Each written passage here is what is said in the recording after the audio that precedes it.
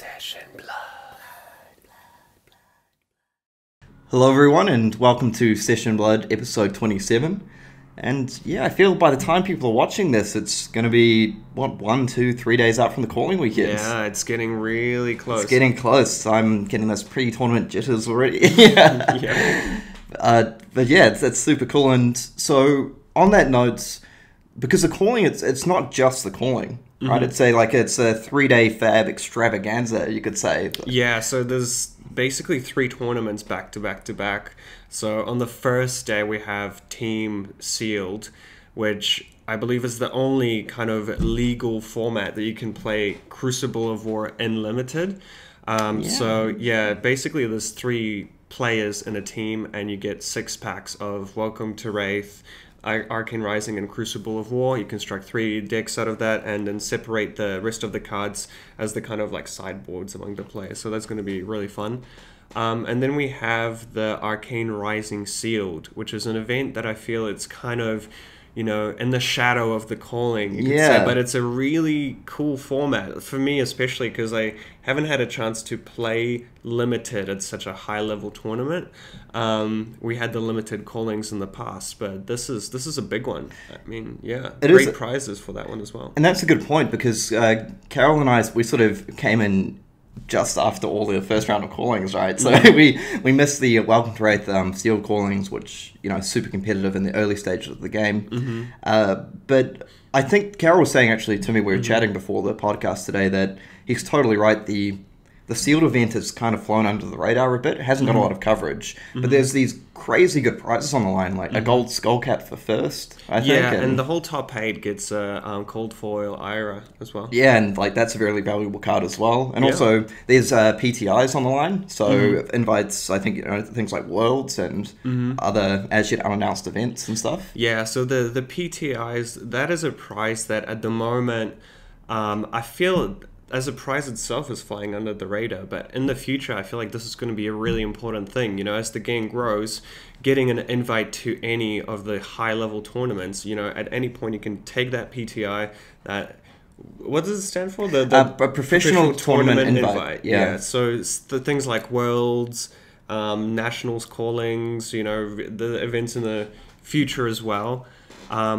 So yeah, I mean, just getting a ticket to the Worlds is a big deal. And I can definitely see a time in the future, because if we compare it to like the early history of something like Magic the Gathering, for example, where, you know, way back in the day, Pro Tours is just anyone can turn up and play. Kind of like the callings are now, because, you know, we want as big a turnout as possible. But I can definitely see, you know, a future in, who knows, like a year and a half, 2 years times, where things, like they might have special calling events that you actually need a PTI to turn up to. So like as a currency, it's kind of sitting there not doing a whole lot right now. But I think as time goes on, that will actually be like, you know, people, that'll be a huge prize, just as big as like the cards and all that stuff. Yeah, definitely. So on that note, so essentially that's one of the things, we want to cover 2 main topics today. So our first topic is going to be, we're going to look at sort of the general preparation process for I suppose more constructed tournament. So looking at the using, you know, the blitz, calling as blitz constructed as an example. So just things like how to go about testing, choosing your deck, basically the process from like when a time the tournament is announced to leading up to the day of settling on a deck and what to do. And the second main topic is going to be Arcane Rising Sealed, which I know you're quite passionate about. Yeah, to be honest, I'm actually looking forward to it more than the calling itself. Blasphemy. I love limited. These casuals. Yeah, you can call me a casual. I'm wearing my gold foil skull cap. No, but it's definitely something I want to talk about. But before we start, let's do some shout-outs. I love doing shout-outs. Yeah. Okay, so the main shout-out I wanted to give today was to because I've seen across the Facebook pages of people handing out these like custom starter decks or like hero decks, you know, because there were issues with the stock, the official ones running low. And something I thought was really cool is the idea of handing out these custom decks with QR codes, I think they are on the bottom. So a new player gets the deck, scans the code, and it takes them to a page where I think it's got like a YouTube video of how to play the deck. Oh, wow. Yeah, it's so cool, right? Wow, like that's really and like an impressive. like a primer of like what the hero's about, how to play, all that sort of thing. Mm-hmm. So I believe, and I apologize if I've got this wrong, but I think David from Unison Games Cafe Mm-hmm. started off that trend. I believe he was the first one I saw posted up, and again, I'm sorry if I got that wrong. But I've also seen another person, Bert Salazar, posted on the page recently giving those out, and I know there's a whole lot of other people in the community, you know, with QR codes or not, handing out these hero decks, handing out custom decks, making things for newer players. And I'm sorry I can't get around to mentioning all of you, but we just wanted to say, like, we really appreciate what all of you are doing for the game, and I think that's really critical to helping grow the player base. So thank you so much. You're all community legends to us. Yeah, thanks so much for doing that. I mean, growing the community is something that we, you know, kind of appreciate and strive for the most, I think. Yeah, for sure. And kind of talking about more on a competitive side, I want to give a shout out to Tom Penny, the Warrior King. The Warrior King. He recently took out a tournament at Card Merchant, which was a winner case, Blitz, and he managed to win with Warrior, which is... Did I hear that wrong? Warrior. The Warrior King takes it out with Warrior, beating Matt Rogers in the finals, who was playing Wizard, which is great to see, you know, the diversity in the Blitz format. Decks like Ira, Wizard, Warrior, those seem to be the ones that are doing the best in. And yeah, I thought that Warrior had a bad matchup against Wizard, but maybe not. Yeah, and it's one of those things. One cool thing about that tournament is we got to see the, I think, first implementation of the double elimination format in the top 8. And so Tom actually had 2 lives in the final. Oh, okay. So, which was, I think he said he lost game 1 and managed to just get there in game 2. Oh, okay. And that's the thing. I think that's cool. Like in a Blitz, shorter format with sort of more built-in variants. I appreciate that LSS has taken that step for the top 8, and I think it's totally fair that if you win out all your games in the upper bracket, you should have an extra life. So. Also, I think a little side note, sometimes we mention like people like, oh, and they managed to beat Matt Rogers. Like, we're not picking on Matt. That's just a sign of respect, I think, from us to Matt. Absolutely. That Matt is like such an incredibly good player that like that, you know, beating him is actually notable. You know? Yeah. And I feel like that's an achievement. You know, I feel like Matt is such a player on such a high level. He's like a final boss. You know? Yeah. That I mean, the reason I kind of mentioned that because it's such an achievement. Yeah, because I know I've said it before, and it's like, you know, for example, you know, if someone beats Carol in the semi-final, we're not saying they beat Carol. No, but yeah, so... One day I'll be mentioned for being beaten at a tournament. Yeah. So yeah, it's no disrespect. It's all up from us. We just thought, yeah, that was really cool. And I guess we wanted, on a more personal note, we wanted to do kind of a joint special shout-out to our friend who... We're recording this today. It's actually his birthday today. We call him the King of Swiss. The mighty wizard, Rohan Kana. Absolutely. So, happy birthday, Rohan. Yeah, we say that because the last 2 Big Blitz tournaments, he went 6-0 in the Swiss both times. Undefeated. I got a little joke for you. What's Rohan's favourite wizard spell? What is it? Focus Pocus, because he always loses in top 8, huh? Undefeated in Swiss, then the quarters get a bit tough, but I hope that turns around for you in the top 8 of the call-in. We're just kidding. Like, Rohan's been one of our best friends for about 15 years, and honestly, I think if I was a betting man, I would say he's got a really good shot at maybe taking out the whole thing. I feel he's going to do extremely well. Sometimes it's just nothing you can do. Like, unless you verse one of us in top 8. Yeah. So, yeah. And I actually had one little secret shout out that I haven't given. I wanted to give, I feel like I'm just copying Carol, but I want to give my co-host here, Carol, a big shout out because he has just got engaged recently. Oh, thanks. So I thought that was super exciting, and I just wanted to say a big congratulations to you. Thank you. And I'm super happy for you. Thanks. Can't wait to do the speech on your big day. So. Maybe we'll do a special podcast on my wedding day. Yeah, Chichi would love that. Okay, so, but now sort of getting down to the, the grit. The calling. It's almost here. How do you prepare? Yeah, so I think for tournaments in general, so I suppose the calling is the topical one now because it's Blitz and it's just coming up. But I feel like I've been asked this by a few players as well, you know, in the international community who haven't had as many opportunities to play big tournaments. So they say, you know, when things start arriving or when tournaments, organized play starting, like, what's a good process to go about? And so I wanted to talk a little bit about that.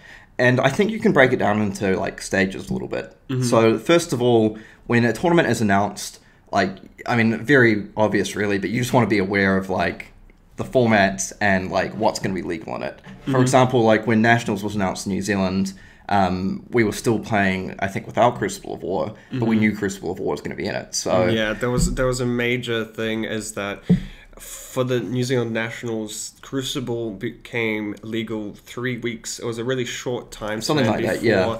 Nationals. So that was quite interesting because the players had a really short window to play test and create lists that they were comfortable with, innovate, and that kind of thing. Yeah, so and that one, I know it sounds super obvious, like, you know, who's not going to know what's legal in the tournament, but it's more just a heads up that don't get sort of too tunnel visioned on what's working right now.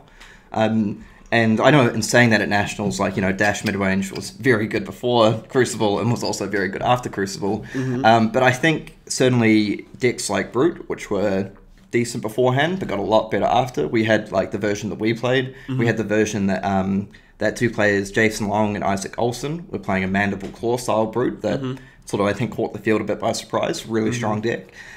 So that's to say that it's good to start thinking of ideas, especially when things like spoiler season comes out. You know, how could this potentially work in my list? How could it not?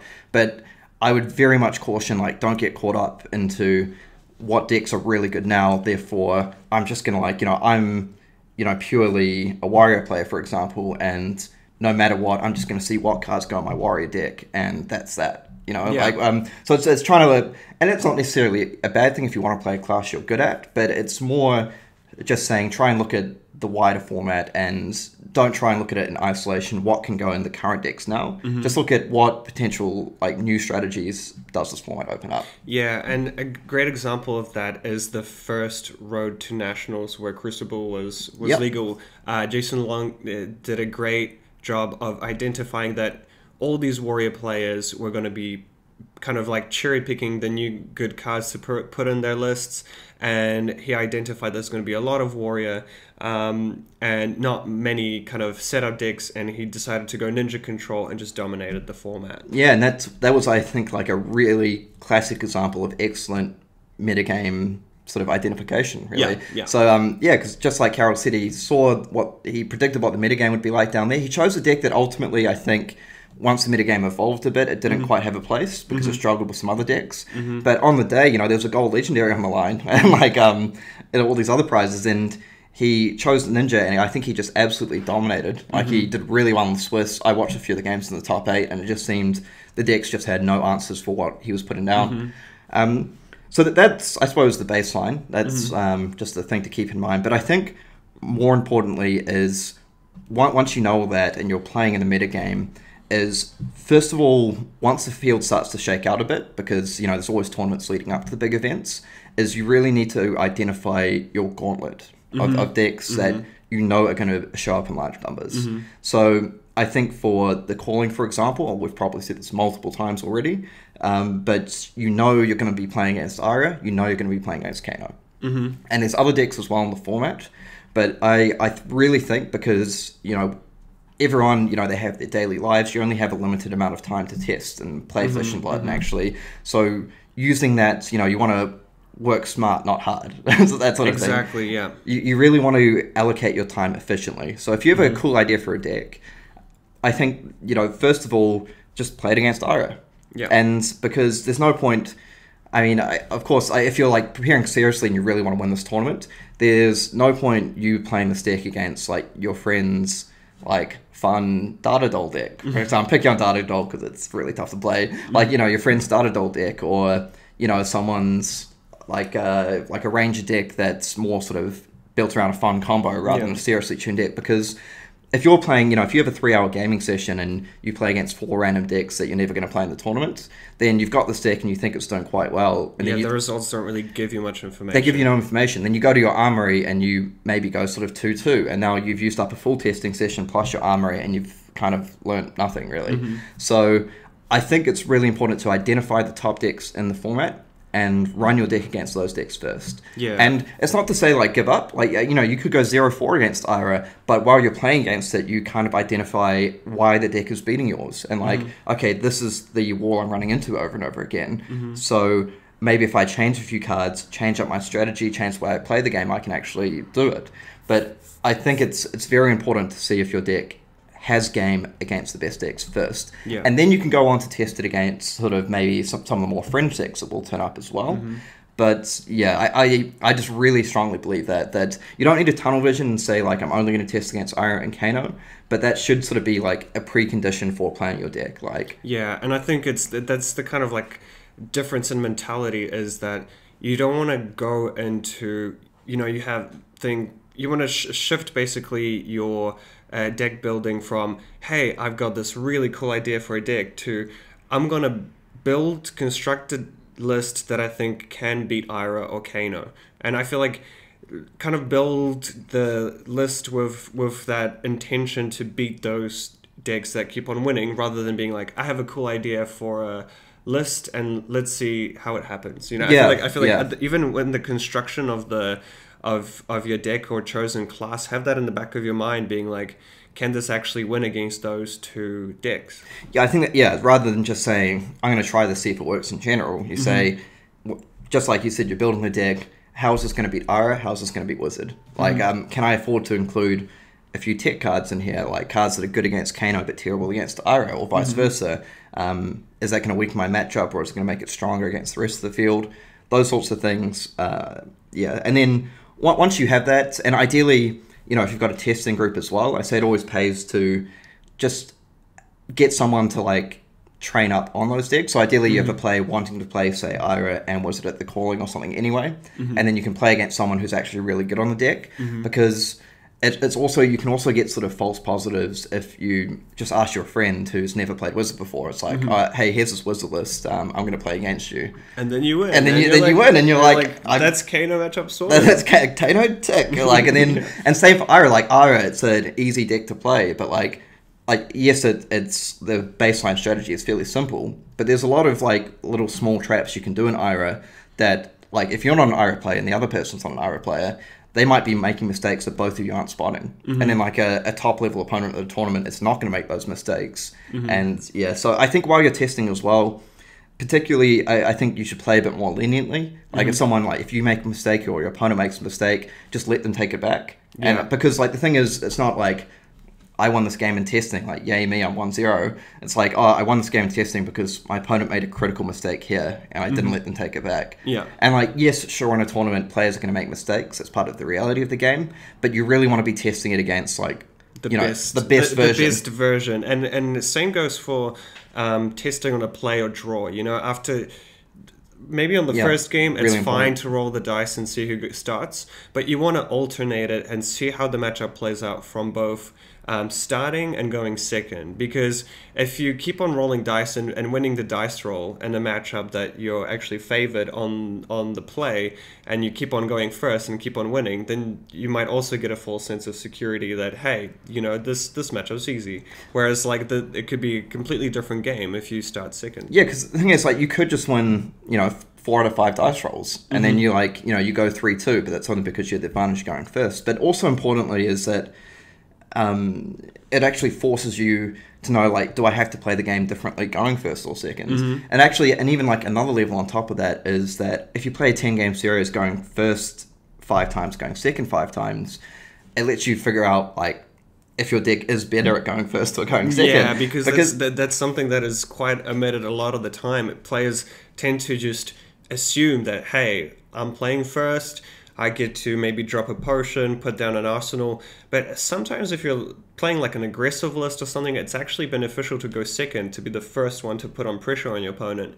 So definitely keep that in mind and see if you actually do benefit from going first or second, because that can really change your approach to the matchup. I think that's really true, because that's something I found very difficult coming from Magic originally, where, I mean, I haven't kept up with the Magic metagame, but at least in all the years I played and constructed, it was kind of universally, you always go first, because you get that land drop down, you can just roll up the game like that. And it definitely took me a while to understand that because of the way Flesh and Blood works, both players start with 4 cards, that the person going second actually gets to start, go on the aggro first. So, think about the way your deck's built. Do you have cards in your deck like Plunder Run, like Energy Potion, that are significantly better if you go first because, Arsenal, Plunder Run, play an Energy Potion, anything like that sets you up really well for the second turn, so you're able to take damage and hit them back? Or is your deck something that needs to immediately seize the tempo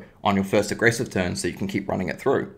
So I think at the very first constructed calling, I felt in a lot of the testing that we did, we felt in the Ninja Mirror match, for example, it was just a lot better going second. Ninja doesn't defend very well. Plunder Run wasn't on the format. So it's like, well, you're going to do nothing turn 1. And then on my turn 1, I'm going to deal a bunch of damage, strip 3 cards from your hand, and that can just be good enough. So, yeah, I would highly recommend, playing, 6 to 10 game series or something and split it. Now, yeah, I also wanted to, on top of that, also to note that in any game of Flesh and Blood that sometimes is omitted is that you choose who goes first or second before you choose your equipment slots. No, really important so point. That I found when playing against Wizard, for example, that could be something that you might say, hey, maybe if I'm on the play, I don't need all 4 null runes. Maybe it's better to have null 3 and something, and like a useful equipment that kind of gives me that utility, because I won't be needing to protect my life total as much on that early stage of the game, and I can apply pressure more. So even thinking about maybe, the changing your equipment depending on whether you're going first or second can make an impact in a matchup. Something like Kano, they go first. Maybe it's better to have Null Rune 4 because it stops their sonic booms and reduces damage from things like Voltic Bolts. Whereas if you're going first, maybe it's better to have something like a Scalers or, I don't know. Yeah, because I think there's Boltus as Warrior, something like that, because you can put pressure more. I think, there might even be aggro decks out there that can get away with like Null Rune 2 if they go super aggressive. But if you're on the draw, you just can't, because you can't afford to, if you get hit by a Voltic Bolt with like a Stir the 8th Winds for like 9 damage on turn 1, And actually, your hand just becomes useless. Yeah, like if you end up taking 7 instead of 6 against Wizard, like it's often it comes down to that 1 critical life point, right? Or if they drop sort of 2 spells on you turn 1, and now you've lost 2 life because you have that lack of Null Rune. Like that can be the difference between winning and losing. So yeah, just all these small things that really come out well in testing. So and like, they do add up as well, because if this is, for example, the calling that's 10 plus, probably 11 round tournament. So all these little things, a lot of the Blitz games take like 2 or 3 turns. The format is so quick that any small change or any small mistake or advantage can decide whether you win or lose the matchup. Yeah, so and I think speaking of equipment, I think that leads into another thing. I think experimenting with your equipment starting sort of lineup, I suppose, if you will, is another thing that's really good to do in testing. So in constructed, geez, we haven't played constructed in so long. I guess that also is important, but I think in Blitz it's particularly important because, like you mentioned, the games can often be so quick that equipments are absolutely critical. So things like Snapdragon Scalers, which are also you get like a you can save it and construct it for a big turn, but in Blitz, in a game that lasts 2 turns, you could be like, this is just going to win me the game. And like, or Goliath Gauntlet, for example. Like, you have these high-impact equipments that you only need 1 turn to, like, push your turn over the edge, and that's going to win you the game. So, yeah, that's another thing. But moving on to, I suppose, some more general points. So, you've identified your gauntlet, you've done a bit of testing, looking at your equipments, whether to go first or second, all that sort of thing. I think the final sort of big decision is settling on what deck to play. And, again, I know I feel in the past I've said like you don't want to flip-flop too much, and then I kind of broke my own rule for nationals and did that anyway, but I still hold by that, generally speaking, that if you're if you've got 6 weeks before a tournament and you do your preliminary testing for say 3-ish weeks, and then you settle on a deck and play it for like 2 more weeks or 2.5, I really think that like unless you're like absolutely certain that your team's like broken the format and found this new deck just before. I think if you're pretty confident on your deck, that you really suffer from switching last minute. Because even if you see another deck, you're testing at someone that does quite well, and you think, oh, that's not that hard to play. I think a lot of decks in Flesh and Blood are deceptively difficult to play. And switching last minute, again, like, I'm not saying it's not a hard and fast rule. Like, if you genuinely think this deck is much, much better for the tournament, and you've got a bit of like history, or you know someone who can teach how to play it, that's fine. But I think you should avoid like an impulsive last minute thing, like, oh, I went 2-3 in an armory, and so therefore my last 3 weeks of testing are invalidated, and I've got to switch deck. Like, just be aware, variance happens, it is what it is, maybe you just had a bad day. That's a choice that I'm kind of considering, because like at this point I'm still week before the calling, and I still don't really know what I'm going to play. So yeah, we'll see how that goes. Yeah, because it's really tough, right? Because I still get like the anxiety of like what deck I'm going to choose. That's true, yeah. And I feel like there's a lot of players at even the top level who, because you're constantly playing the same thing, and you seem to be running into the same problems, you might think, oh, maybe this isn't the best thing for me, rather than trying to tackle it within your kind of 40 cards and try to improve that within the 40 cards. You might think, oh, I'll just toss it out the window and play something completely different. But yeah, just try and calm your nerves. You gotta just trust the process. You trust the process, yeah. I mean, and the flip side of that, I suppose, is like, when going back to what I was saying earlier about testing against good decks, like, sometimes like you really want a deck to work, but it just doesn't quite work. And I feel like at a certain point, you've changed as much as you can, you just can't fix the matchup. Like, sometimes you just have to take your ego out of the equation and be like, I wanted this deck to work, but I can't make it work. I've got to write it off. Some decks, they're good decks, but they're just not good in the metagame, and they're not good in the format. And that's not to say that you're a bad player because you couldn't figure it out or anything. It's just, I think you're a good player for identifying that the deck couldn't work. So don't be afraid to do that as well. Yeah, something I wanted to add was, like, even when you're testing, just make sure not to shortcut things. Yes. Shortcut plays, especially when there's kind of classes like Wizard or Warrior, or there's a lot of subtlety to the different windows of priority, for example. Even with testing, try and get into a habit of being quite clear about what you're doing, because passing priority in an attack reaction step, or passing priority against a wizard, just make sure that even in your testing you get used to the idea of being very clear about it, because you don't want to go into the calling a very high level tournament, shortcut a step or something, or assume your opponent isn't going to react, move forward, and then they call the judge on you, and you could miss a window of an opportunity for a play that could win you the game, but because you shortcutted it, ends you in a loss or something like this. Exactly, and I think that's the point. Like, I mean, because it could happen, you could have an opponent just sort of trying to shark you a little bit because you made a mistake, but it could also be genuinely that you played it in a way that made them think that you had passed priority, and so they reacted accordingly. And now that, like, even though you didn't mean to do that, they've taken another step in the game, so it's legitimately unfair on them for you to try and enforce what you tried to do. And so there's like multiple, it's not just like, oh, the other players being like, sometimes people are just going to try to shark you even though they knew what was going to happen. Like, it happens, and you just, it's a high level tournament, you just have to suck it up, I guess. Like, it's not, but also like it's not just that. Like, there's other players who will be perfectly happy to like get an armory to say it's fine, but when there's thousands of dollars on the line, I think it's fair enough they say, what you've done is disadvantaged me, so I'd like to enforce how the game actually works. I think a really important one that Carol's talking about, Warrior and Wizard in particular, very true, was the players at instant speed, very easy to miss things. And for Warrior, with things like attack reactions, just be aware of like how chain links work and everything. So like, for example, you play a stroke, like the Warrior player plays a stroke of Foresight. Now, so that goes onto the chain link. The Warrior player passes, the defending player passes. Now, stroke of Foresight has resolved, but priority goes back to the Warrior player.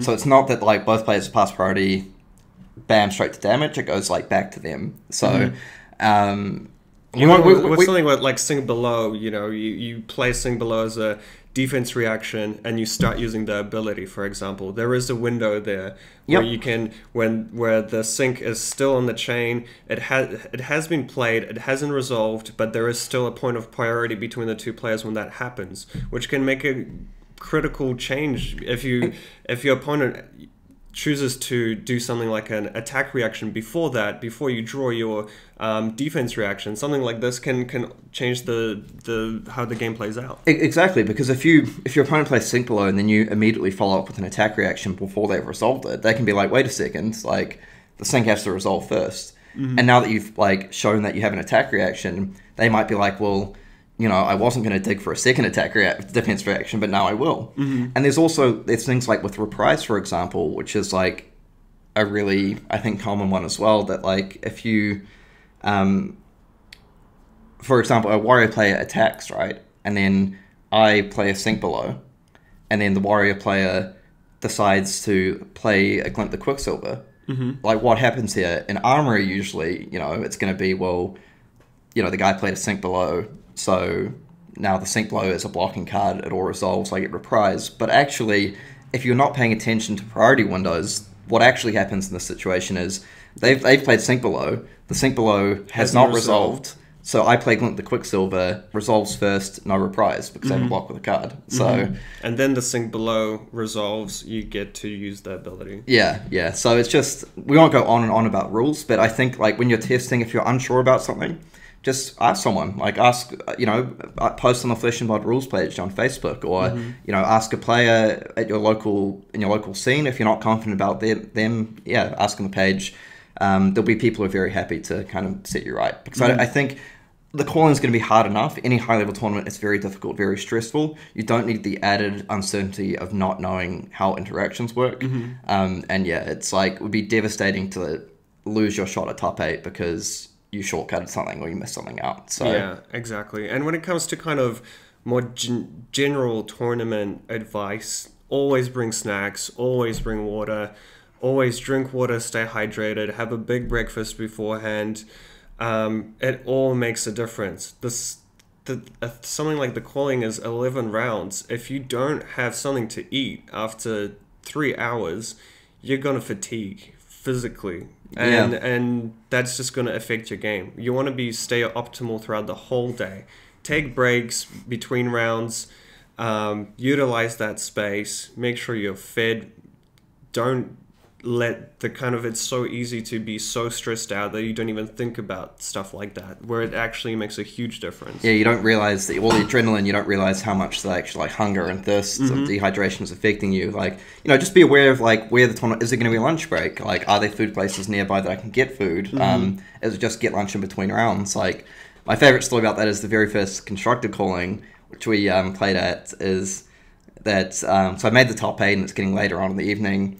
But at this point I hadn't eaten for like 6 hours or 7 hours or something, and then Carol came through, gave me 2 ham and cheese croissants before the top 8, and trying to feed Karen croissants. Like, he's like, just eat it. And the thing is, I didn't even realize I was hungry then, and I took one bite. I was like, wow, I'm starving. And I feel that genuinely really helped me in the top 8. So very important things. And it's a huge advantage going into top 8, refreshed, hydrated, satiated, against a player who spend the whole 11 rounds just kind of grinding away games, and then coming into the top 8 just kind of fatigued physically and mentally. Yeah.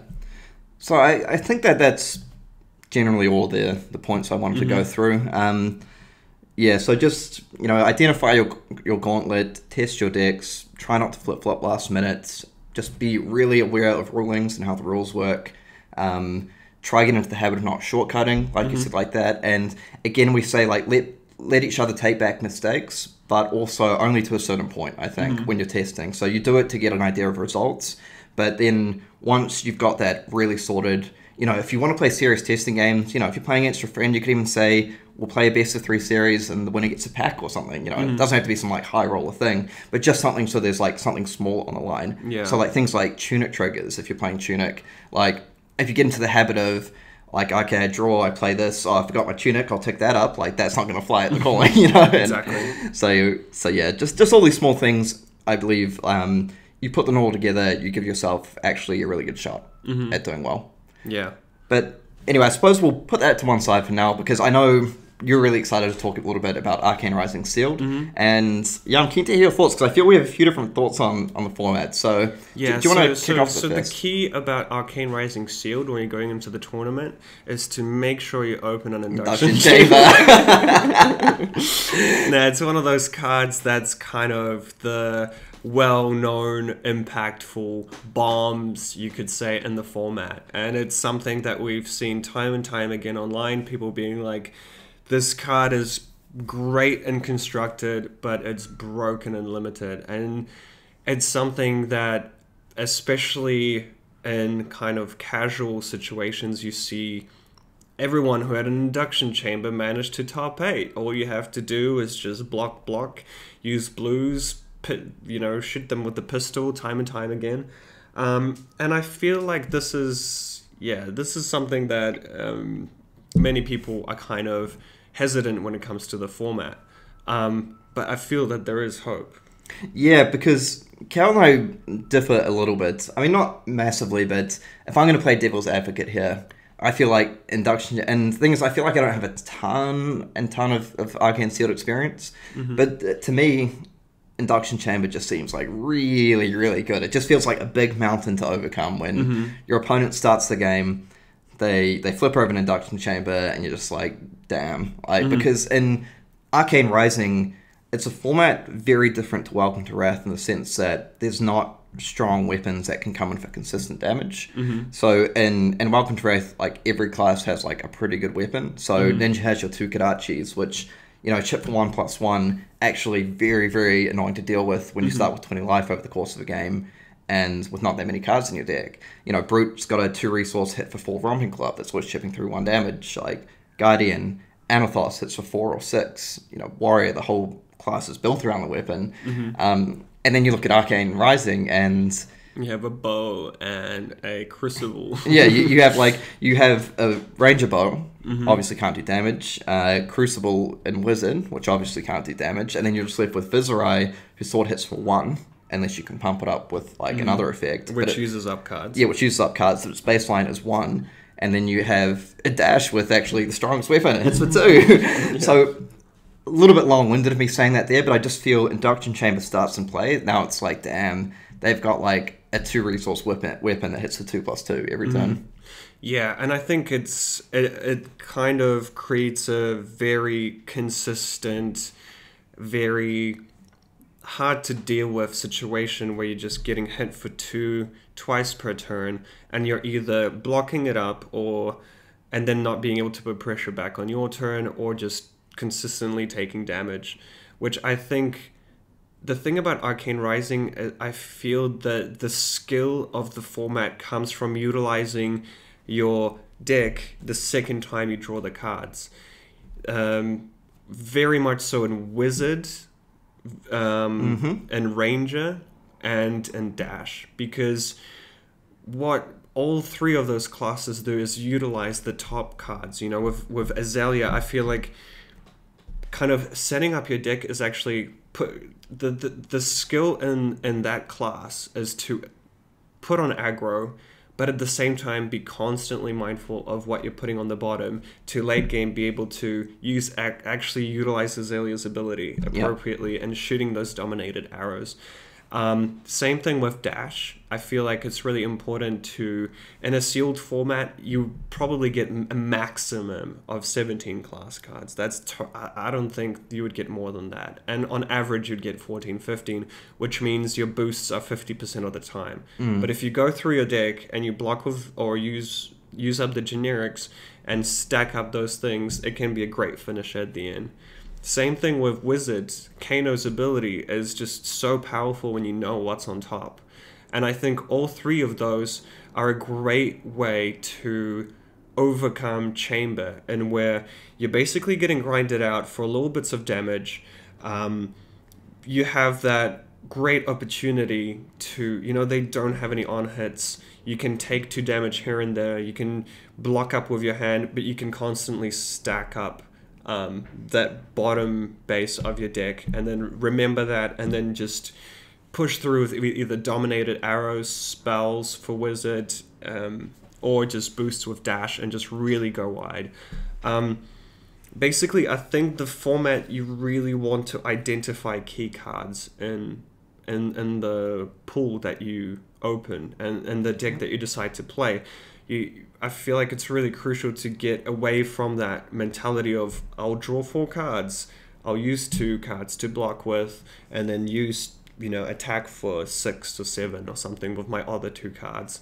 That mentality loses to Chamber because you would just get grinded out of the game. Yeah, because the reason we bring up Chamber, because it sounds kind of weird in a way, right? We're talking about a card that's a super rare, and I think I tried to crunch the numbers a bit, and I think I estimated, I can't remember exactly, but in 100-ish, 130-ish people in a sealed event, based on drop rates or anything, there might be somewhere between like 6 to 8 chambers in a tournament. So it's not like every person's going to have it. But the reason we want to focus on that is because I think it really helps us draw out some lessons about the rest of the format, like you were talking about.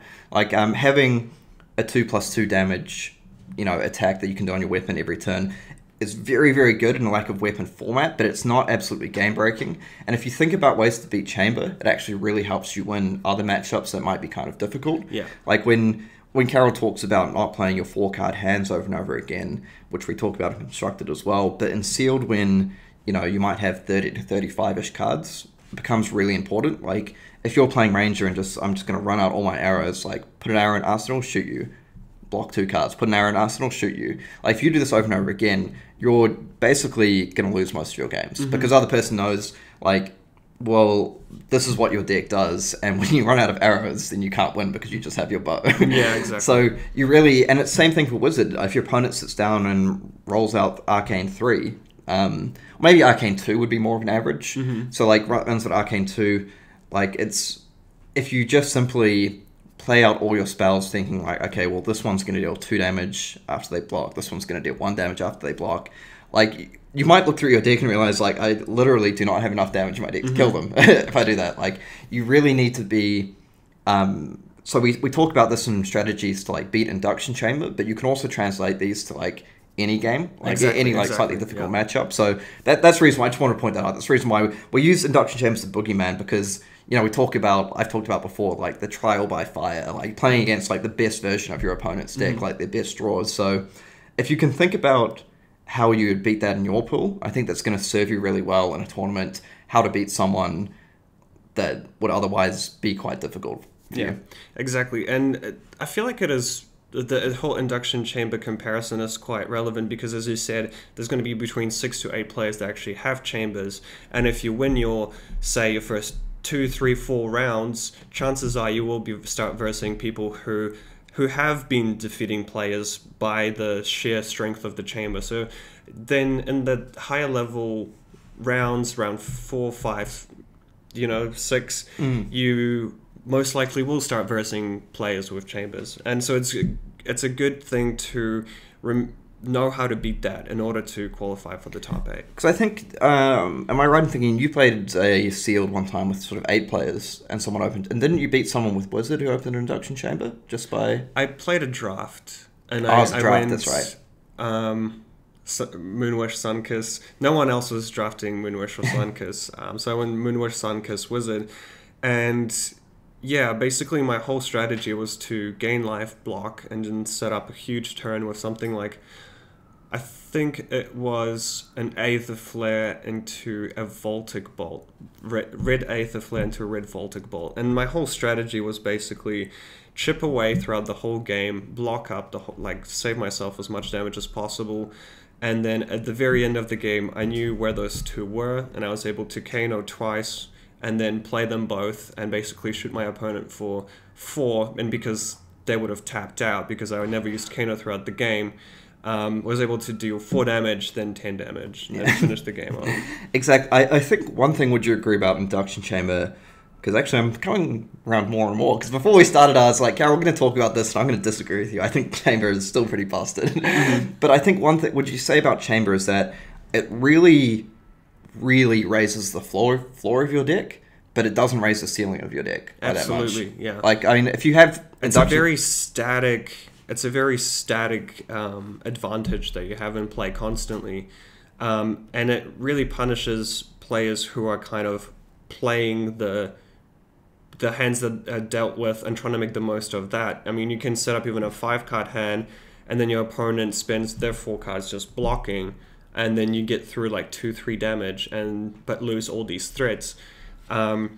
So it's really important to kind of see how you can push through the defenses. Yeah, and I guess don't get us wrong as well. Like, we're not arguing that it's not a really good card in Steel, because like it certainly is. Like, I mean, if I go to this tournament and I'm playing, you know, an open induction chamber, I'm thrilled. I'm like, okay, like, I'm going to play this card, and I know my deck is instantly like a lot better than it might have been. But what we're trying to say is it's not the be all end all. Like, and you can, if you open induction chamber, like, I feel it's very easy to fall into the trap of like, I'll play like 38 cards, you know, I'll put every single blue in, and I'll just block everything and just go induction chamber, shoot twice, go.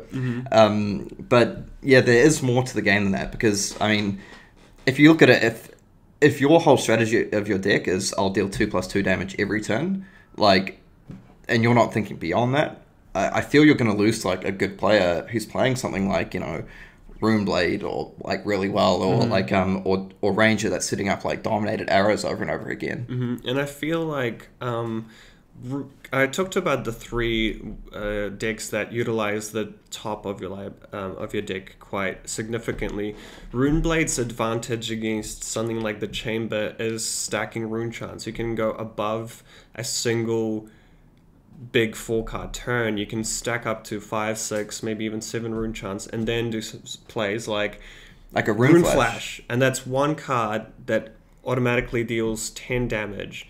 And then if you use another card, something like an attack action, I mean a non-attack action before that already activates your Nebula, so then you have a 3-card hand that deals 6 damage from the rune chance, 4 from the rune flash, 4 from the weapon, and you have a much better chance of actually getting through damage. Yeah, exactly. So you can set up these turns that, you know, you chip a little bit of damage, and then if the dash blade is going 2+2, 2+2, yeah, you can actually, like, and then you drop like a 15, 16, 17 damage turn from them. That could be enough to like get you to a spot where you can set up a hand that can deal more than they can deal with. So, and that's the thing. The thing is, it is really hard. This is something that it's really hard, but it's worth practicing, basically. Yeah, because I think Chamber, we could say it's probably like one of the closest cards I can think of to, you know, in things like Magic, your 6-mana flying dragon, you know, the classic, it's a bomb. It's a bomb unlimited. Yeah, so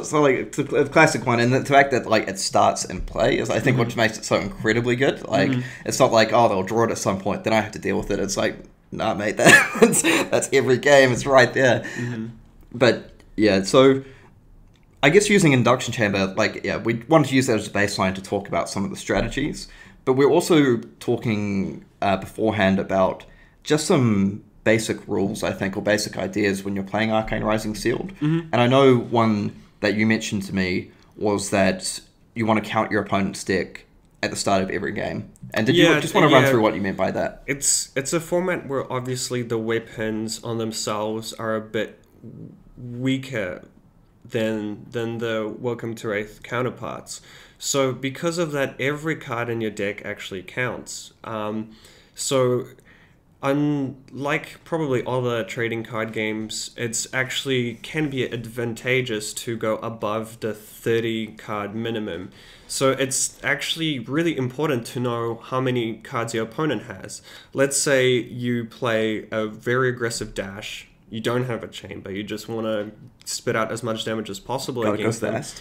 And then halfway through the game, you realize that your opponent has double the deck size that you do, and then you count, you know, you have 10 cards left and they have 20, and you think to yourself, oh, like, they've just been blocking the whole time, they've been taking 2, 3, 4 damage every turn, I'm getting ahead, I'm pushing through damage.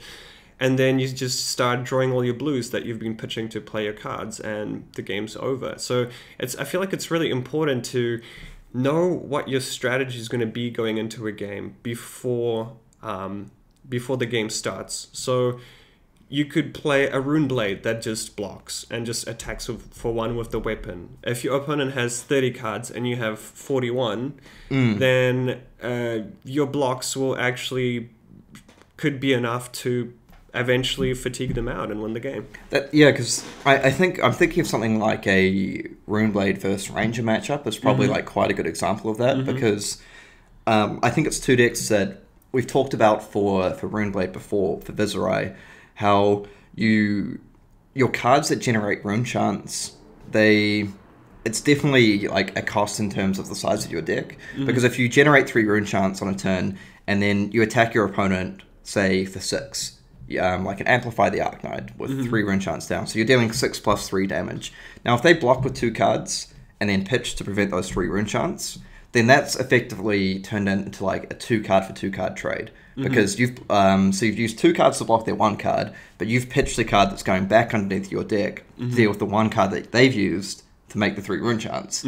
So I think in those matchups, it's really, really important, because if I'm playing Ranger, and I've just thrown in everything into my deck because I know it's Rune Blade, and you might be playing Rune Blade and thinking like I'm doing the same thing, like I'm running 36 cards, I can afford to triple block this Ranger's card to save myself 1 damage, and I'll just keep triple blocking all their arrows over and over again. Because Dash is more of an extreme example, I suppose, because in Dash you boost away cards, so you kind of consciously know that if you're playing this aggressive Dash, that you're going to run out of cards first. But in decks that aren't doing that, you really also need to pay attention as well, because there's nothing worse than you're playing a game and like I say, you have 37, 38 cards, and you're thinking like yes, they didn't count my deck before the game started. Like, that's not cheating or anything. They just didn't. Like, they didn't count my deck. Like, they don't know what I'm doing. And then you're like blocking away, and it's like turn 11, and you're like just visually looking like, damn, like they've got more cards than me. And then you count, and it can be even a small amount. Like, you count, they've got 17 cards left, and you've got like 12, and you're just like, do I actually have enough cards left in my deck to kill them from here? Like, can I or can I not? And again, it also matters for, you just really need to be paying attention to that, particularly in this format, because even against something like, if you're playing against Rune Blade or Dash, you have to understand that if you can't kill them, if you leave them even 1 card in their deck, then you lose. Because they can just pitch, like once you run out of cards and they have 1 card left, they'll kill you over 20 turns. They'll hit you for 1 with their Nebula Blade 8 turns in a row and you lose. So I think cards in deck, like it's important in Welcome to Wraith as well, but I think it's just like even more so in this format with two classes that cannot rely on their weapon to win. Like you have to, like you don't want to be in a position where, like in Wizard for example, sometimes you might have to take damage in order to save your red non-attack actions. Not always, but you might be thinking you've already blocked with 2 cards, and then in your hand you've got a red Voltic Bolt and a red Scalding Rain, and your opponent, attacks you for 5 or something, and you're thinking, like, I legitimately can't afford to block with these 2 cards. Like, I can't deal enough arcane damage to win the game. So it's these type of things that you want to be really conscious of, I think, when playing the format.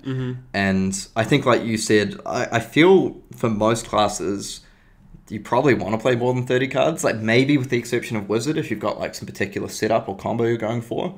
But I really feel for decks like Dash, Rune Blade, and Ranger, unless you have like a very strong strategy, you've got really strong synergies in your deck that you can just overwhelm them with your good turns, you need to be very cautious, because Rune Blade, it's a class with a weapon, but a lot of your cards are you're trading 1 card for 0 of theirs with your cards that generate rune chants, and I think you just really need to be aware of that. Yeah, absolutely. I feel like that's a good way to summarize it, and But it's really fun format. It's really fun. And one thing to also note about the format is 0 attack reactions. That's something that's really important because there's no razor reflexes. When you're versing a ranger and they shoot you with an arrow for 8 with no dominate, it's 8. And they have 2 cards in hand, and you're thinking, oh no, what are they gonna do? They can't do anything. They can arsenal and pass. That's all they can do. So that's a point that I think it's really key to keep in the back of your mind is that there is only one kind of attack reaction type card, and that's Art of War, which is a majestic, and you won't really see it often. But other than that, I feel like you need to create situations where you have evasion or you can punch through damage and other means, and also be aware that of what your opponent can and can't do.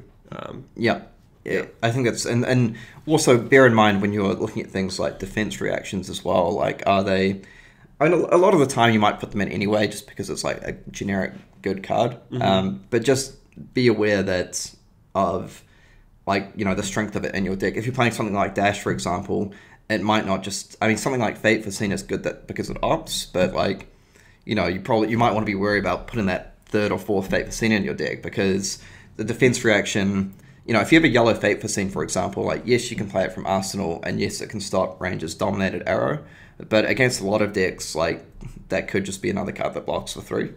Like, so, and I guess one of the final things is just, like, be aware of the synergies as well that can occur in Arcane Rising. So, I think, like, kind of a very standard one is Back Alley Breakline. So that's a card that if it gets put into a banish zone from your deck... From any zone. From any zone. If it's put from any zone face up, you get an action point. So if you're playing Dash and you have 5 Back Alley Breaklines, you just kind of throw them all in your deck because you can boost it and it works, gives you an action point. Azalea with kind of... Things like manipulating your top card, Things like, Azalea with things like Foresight, I suppose, like, you know, Enchanting Melody can block arcane damage because it can block any type of damage. So just, if you're going to play an Arcane Rising Sealed event, I think it really pays to go back and just look at it, just look at all the cards in the set again, because like in any sets, like most cards, they're fringe cards that don't get any plan constructed, and you kind of forget what they do or forget how they're relevant, and it's a temptation when you're building your deck. It's like, okay, trash, but just even things like Cadaverous Contraband, it's like this card that hits for 4, 5, and 6, blocks for 2, generic. But if it hits, it lets you put, I believe, a non-attack action back on on top of your deck. And like we're talking about in format where fatigue can be an issue, that might be a card that actually is a lot better than it looks in your deck. So exactly. Yeah. But yeah, I feel like that's kind of the basis covered, and I just want to wish everyone who's playing the Arcane Rising Sealed all the best of luck, and heaps of luck at the calling as well. I mean, it's going to be a long weekend, and I can't wait to talk about the results afterwards. I'm super excited for the calling. Like, I'm hoping by the time next podcast comes out, I'm talking about like how I'm a genius and cracked the format and won the calling, or how I got really unlucky. Exactly. But yeah, I guess that's it from us today. For those of you who actually are in New Zealand, well, I really look forward to seeing you in person at the calling next week, or on whenever this comes out, probably this week on Sunday. And to all our international viewers, we can't wait to report back soon on how it all went. Exactly. See you next week. All right, see you everyone.